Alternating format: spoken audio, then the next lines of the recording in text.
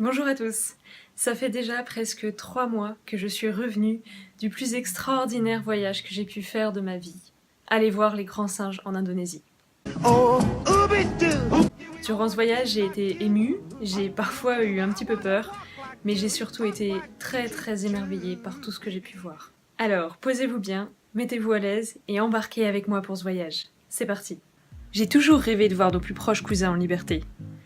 C'est ainsi qu'en ce début d'année, j'ai fait la connaissance de celle qui allait me guider dans cette aventure, et tout a commencé à Palangkaraya. Palangkaraya, c'est une grande ville de l'île de Bornéo.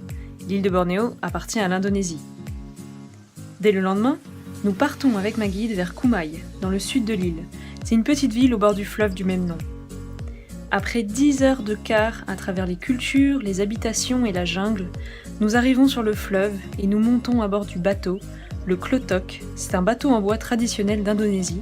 Le lendemain, après un excellent petit déjeuner, nous filons sur ce bateau vers le parc national de Tanjung Puting.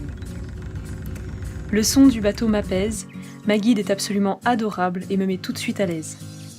Je m'assoupis 1 heure et quand j'ouvre les yeux, nous sommes déjà entourés d'immenses forêts et des palmiers nipa. Ce sont des palmiers originaires de l'île, utilisés depuis toujours par les habitants dans la confection d'huile traditionnelle. Sur le chemin, nous croisons un jeune faux caïman près du bateau, de drôles de singes nasiques, endémiques d'Indonésie, des macaques à longue queue ou encore le célèbre oiseau Kalau. C'est incroyable, c'est comme si toute une partie de la nature passait devant notre bateau pour me saluer de la main. Moi qui ai surtout voyagé dans l'univers des jeux vidéo, j'ai l'impression que tout ceci est presque faux. Et pourtant non, toute cette biodiversité est là, bien sauvage, préservée au cœur du parc national de Tanjung Puting. À partir de cet instant, j'aurai le privilège pendant 3 jours et demi de croiser de nombreux orang-outans sur mon chemin. Des mâles alpha caractérisés par leur disque facial, des jeunes mâles, des femelles avec leurs bébés aussi. C'est grâce aux rangers du parc qui proposent plusieurs fois par jour des bananes, entre autres, en guise de 4 heures aux animaux, que je pourrai approcher plusieurs orang-outans de très près. Je suis heureuse de voir que ces animaux restent libres et font absolument ce qu'ils veulent, mais sont quand même habitués à l'homme, ce qui m'aura permis d'échanger des regards avec eux en toute sécurité, qui sont des moments absolument inoubliables. D'ailleurs, une partie de ce que j'ai payé pour mon séjour est allée aux rangers du parc, qui réalisent un travail absolument formidable de protection de la forêt et de ses habitants. Pendant ces quelques jours, j'ai pu observer plus d'orang-outans que j'en avais vu de toute ma vie, et surtout des orang-outans libres d'évoluer dans les arbres. Ce que je dirais pour terminer ?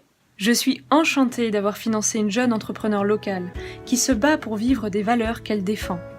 Ces quelques jours étaient un pur bonheur, une parenthèse dans ma vie, grâce à ma guide qui a toujours été à l'écoute de mes envies, qui s'est montrée très adaptable, très ouverte et très souriante. Si vous voulez en savoir plus sur ce voyage ou obtenir le contact de la super guide avec qui je suis partie et que je souhaiterais vraiment mettre en avant, alors contactez-moi sur le mail qui s'affiche maintenant sur la vidéo et que je mettrai également dans la barre de description. Bon, en tout cas, je vous dis à très bientôt et puis je vous laisse avec ces petites images du coucher de soleil.